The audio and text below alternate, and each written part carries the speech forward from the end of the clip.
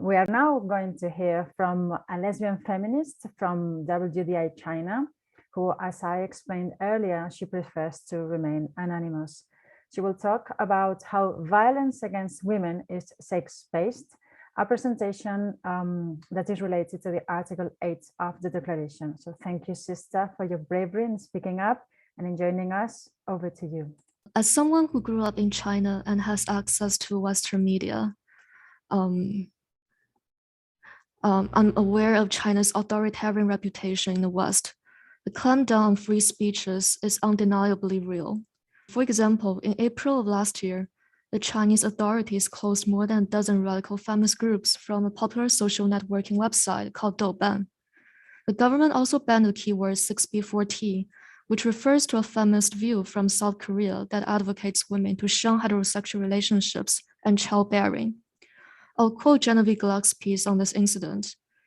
The reason for the removal of the radical feminist groups on Douban is not explicitly stated, but it is suggested that the ideas discussed in the forums violated national policies. The Twitter account Free Chinese Feminists shared a screenshot of a notification from Douban, which told administrators of the banned groups that the forums contained extremism, radical politics, and ideologies.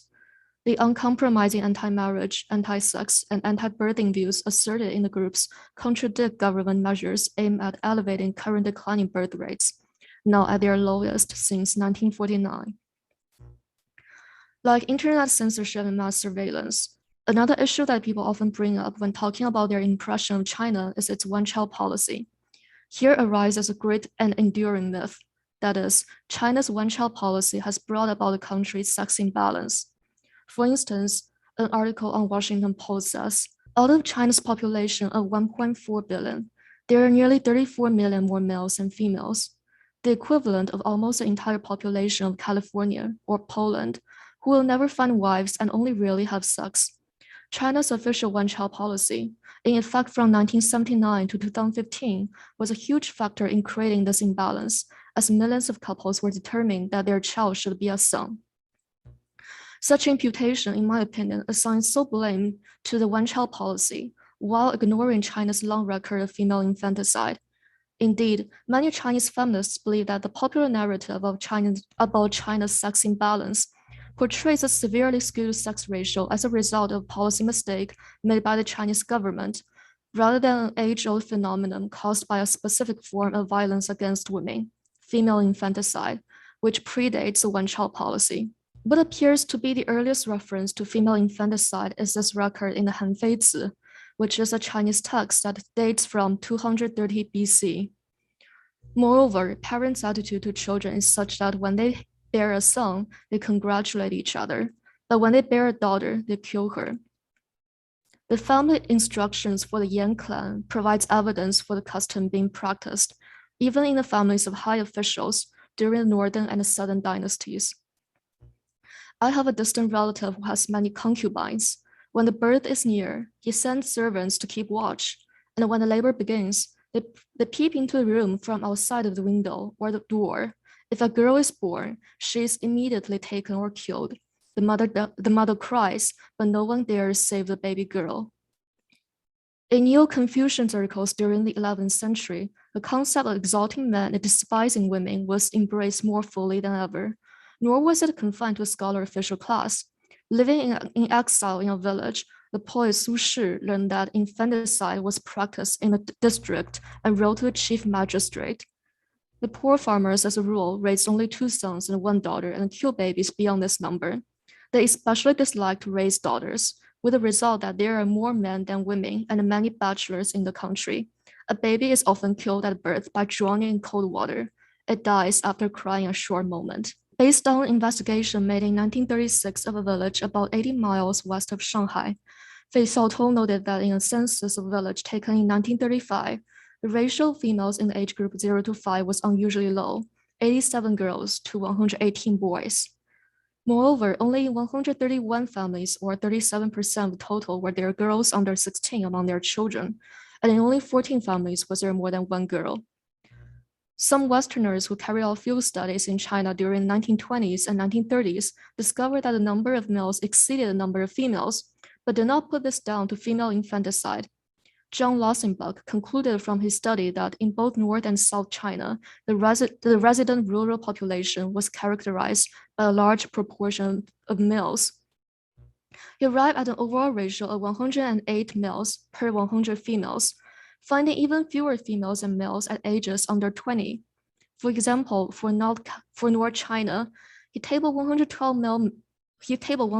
male births per 100 female. For South China, 113 male births per 100 female. The reasons he gave for this disparity were under-enumeration of females and a higher mortality rate among young females. While carrying out field work in China in 1935 to 37, Olga Long heard of many cases of female infanticide from both Chinese and Western observers, and the hospital records she used for her study contained matter-of-fact references to infanticide made by Chinese social medical workers. If Long's figures are to be believed, there were more girls than boys in the under 5 age group, and the real discrepancy between males and females began to appear in the 5 to 9 age group. How can this be explained? They probably reveal the preferential treatment of sons, resulting in indirect female infanticide. Even when baby daughters were not killed at birth, they had less chance of surviving the infant years because of differential treatment of children. In poor families where there was only a small amount of food available, sons were often given a larger share, and the frequent epidemics took a heavier toll of girls than of boys. Indirect female infanticide was a characteristic common to all periods of Chinese history. One would think that with China's current economic success, the practice of female infanticide has come to an end. Indeed, sex-selective abortion is taking the place of female infanticide as the main cause of China's sex imbalance, but female infanticide persists. A well-known practice is inserting sewing needles into infant girls' bodies. A superstition in China is that pushing needles into a girl's body can scare away a female spirit, preventing her from reincarnating as the family's child. Some victims were unaware that needles are implanted in their bodies until they are adults. Women have reported finding dozens of sewing needles embedded in their bodies, some which had pierced vital organs. In one case, 23 needles were discovered in a woman's brain and torso, making the X-rays look like a dartboard. Doctors believe the needles were driven into the woman's body when she was day-old. One in the top of her skull could only have been stuck there when the bones in her head were still soft. The hospital said they wanted her dead. The fact she's still alive is a medical miracle. Today, Chinese men outnumber women by more than 34 million. An international industry of bride trafficking has developed. Women and girls are abducted from neighboring countries, bought from family members, or lured with promises of work. Chinese men buy these women and girls, imprison, rape, and forcibly impregnate them. The victims include underage girls. They may also be sold into the sex trafficking industry. A study estimated that about 21,000 women and girls from northern Myanmar were forced into marriage in just one province in China from 2013 to 2017. A 2019 Human Rights Watch investigation identified victims from Cambodia, Laos, Myanmar, Pakistan, Nepal, and Vietnam. For Chinese women, trafficking of women and girls in broad daylight is not an urban legend. We're all aware that it's been going on, and we've learned to keep our distance from strangers on the street. However, the public's concern over bride trafficking has just recently erupted. Since January, a video has been everywhere on the Chinese internet. A middle-aged woman standing in a doorless brick shack, a dazed expression on her face, wearing no coat though it was the middle of winter. Around her neck was a metal chain, shackling her to the wall. The brief clip, posted by a blogger on Douyin, China's version of TikTok, raised many questions, and the social media users demanded answers. Who was she? Why was she locked up? And under what circumstances had she given birth to 8 children living in the house next door who said she was their mother? The top 3 hashtags about the chained woman on the Twitter-like social media platform Weibo have accumulated more than 10 billion views, and the topic continues to hold people's attention online amid Russia's invasion of Ukraine. The public learned that China's legal system was set up to protect the men who pay for abducted women. Buying a woman could subject someone to up to 3 years of jail time, the same as a sentence for buying 20 frogs. When victims of human trafficking filed for divorce, The courts often ruled against them, saying that having stayed with a man sufficed as evidence of a good marriage. The public learned how easily women, even well-educated ones, could become victims of human trafficking. A graduate student from Shanghai was abducted on a field trip and sold to a hunched man. She was rescued after 71 days. A 13-year-old girl in Beijing was kidnapped on her way to school and sold to a man who constantly beat her up.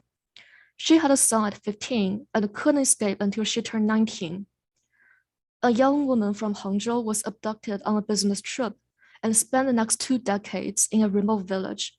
She was rescued after her son went to college and informed her parents. But the vast majority of human trafficking victims came from the poorest corners in China. Few were rescued. It was nearly impossible for the women to escape because those villages kept an eye on them. They would be beaten and locked up after being caught. The man who had chained that woman was charged only with abuse instead of rape and false imprisonment. 2 women who tried to visit the chained woman were detained and beaten by local police officers in February. Their posts and social media accounts were deleted. Some social media users who shared their posts said they had gotten calls from the police. In China, gathering data and compiling statistics on violence against women is extremely difficult. On the one hand, under present Chinese law, marital rape is neither a criminal nor a civil infraction.